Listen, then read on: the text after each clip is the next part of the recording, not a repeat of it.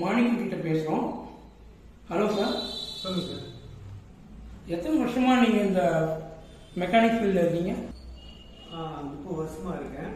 என்னோட எக்ஸ்பீரியன்ஸ்னு பார்த்தா ஒரு 10-12 வருஷமாக நான் வெளிநாட்டில் இருக்கேன், ஹெல்த்தில். சரிங்க. அதுக்கப்புறம் இந்தியாவில் வந்து இங்கே ஒர்க் ஷாப் வச்சுருக்கேன். சரிங்க. இங்கே இந்தியாவில் மெக்கானிக்காக வந்து உங்களுக்கு எத்தனை வருஷமாக இருக்கீங்க? மெக்கானிக்காக இந்தியா வந்து ஒரு 20 இயர்ஸாக இருக்கு. Okay sir. இந்த ஆரம் கார் கேர் கேரேஜ் வந்து எத்தனை வருஷமாக நடத்திட்டு இருக்கீங்க?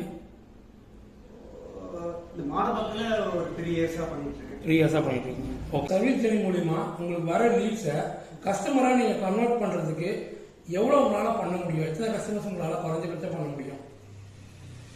அவங்க கொடுக்குற சர்வீஸ் மூலமாக வர கஸ்டமர் 10 இருந்தால் ஒரு 8 என்ன வரைக்கும் பண்ண முடியுது என்னால். 10 கஸ்டமர் கொடுக்குறோம் அப்படின்னா நீங்கள் 8 கஸ்டமர் கண்டிப்பாக 10 கஸ்டமரும் பண்ண முடியும். ஆனால் அதில் வந்து அதிகபட்சமாக 8 பண்ணலாம். ஆமாம், 8 பண்ணலாம், கண்டிப்பாக பண்ணலாம். இது வரைக்கும் அப்படி தான் பண்ணிட்டு இருக்கேன். ஸோ அவங்க அதனால சாட்டிஸ்ஃபைடாக போயிட்டு இருக்கு கஸ்டமர். இப்போ ஒரு 6 மாசமா நீங்கள் சர்வீஸை யூஸ் பண்ணிட்டு இருக்கீங்க. இது மூலிமா அந்த லீட்ஸ் வந்து உங்களுக்கு வந்து என்ன பயன் கொடுத்துருக்கு?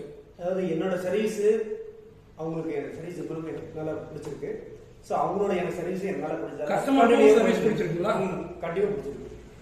ஸோ அதனால சர்வீஸ் சேனல் மூலிமா வர கஸ்டமரை நீங்கள் எப்படி வந்து திருப்திப்படுத்துறீங்க? எந்த மாதிரி வந்து சர்வீஸ் பண்ணி அவங்களை வந்து திருப்திப்படுத்துறீங்க?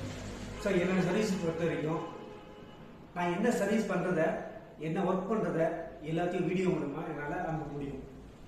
ஸோ அவங்களுக்கு என்ன பொறுப்பு, என்ன ஒர்க் பார்ட்ஸு போயிருக்கோ அந்த பார்ட்ஸு நான் டேமேஜ் ஆனது பார்ட்ஸோ இல்லை சார் என்ன போன பார்ட்ஸு எடுத்து காமிச்சு இதுதான் போயிருக்கு, இது நல்லா இருக்குது, இது இவ்வளோ கிலோமீட்டர் ஓடும், இது இவ்வளோ நாள் வரும் என்னால் சொல்ல முடியும். இதை தெரிவிச்சுட்டு தான் நீங்கள் பண்ணுவீங்க? ஆமாம், கண்டிப்பாக. இந்த மாதிரி எல்லாருக்கும் நான் சொல்லிட்டு தான் அந்த கஸ்டமருக்கு அந்த எஸ்டிமேட்டை கொடுத்து அவங்க அதுக்கப்புறம் தான் ஒர்க்கை ஸ்டார்ட் பண்ணுவேன்.